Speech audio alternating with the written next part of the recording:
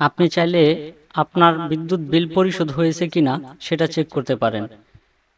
তো এর আগে আমরা একটা ভিডিওতে দেখিয়েছিলাম কিভাবে পল্লী বিদ্যুতের বিল আপনার পরিশোধ হয়েছে কিনা সেটা চেক করা এবং বিল পেড করা। তো এবারের ভিডিওতে আমরা দেখব ডিপিডিসির বিল কিভাবে আপনি চেক করতে পারেন। তো ডিপিডিসির বিল চেক করার জন্য সর্বপ্রথম আপনাকে চলে যেতে হবে গুগল ক্রোম ব্রাউজারে। শুধু গুগল ক্রোম ব্রাউজার না, যে কোনো ব্রাউজার ওপেন করলেই হবে। তো আমি গুগল ক্রোম ব্রাউজারটা ওপেন করলাম। ওপেন করার পর এখানে যদি আমি লিখি ডিপিডিসি বিল চেক, আপনারা এটা লিখবেন ডিপিডিসি বিল চেক।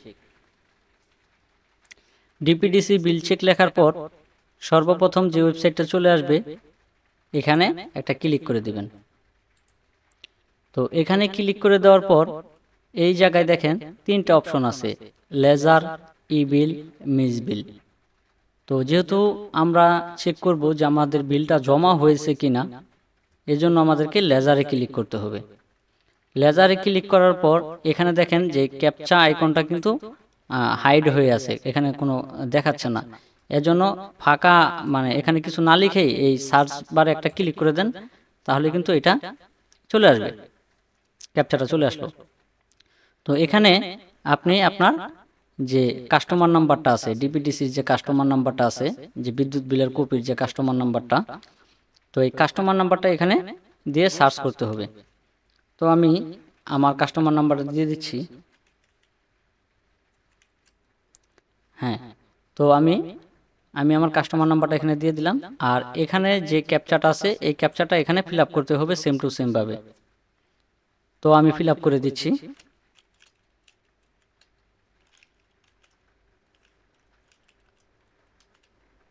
ফিল আপ হয়ে গেলে এই সার্চ বারে একটা ক্লিক করতে হবে।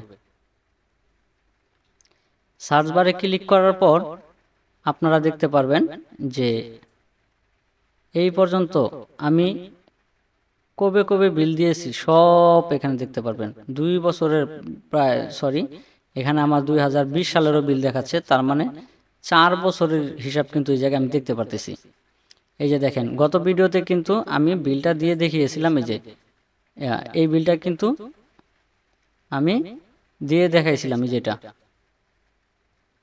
45,018 টাকা। এটা কিন্তু গত ভিডিওতে আমি দিয়ে দেখাইছিলাম যে 45,018 টাকা।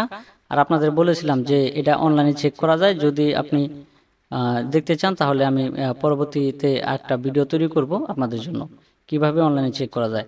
আর অনলাইনে চেক করাটা খুবই জরুরি, কারণ আপনি একটা দোকানে গিয়ে বিল দিলেন, সে আপনার টাকাটা জমা করলো কি করলো না, আপনি ব্যাংকে গিয়ে বিল দিলেন, সে আপনার টাকাটা কি জমা করলো কি করলো না, পরবর্তী মাসে আপনার কাছে ডাবল বিল চলে আসতে পারে।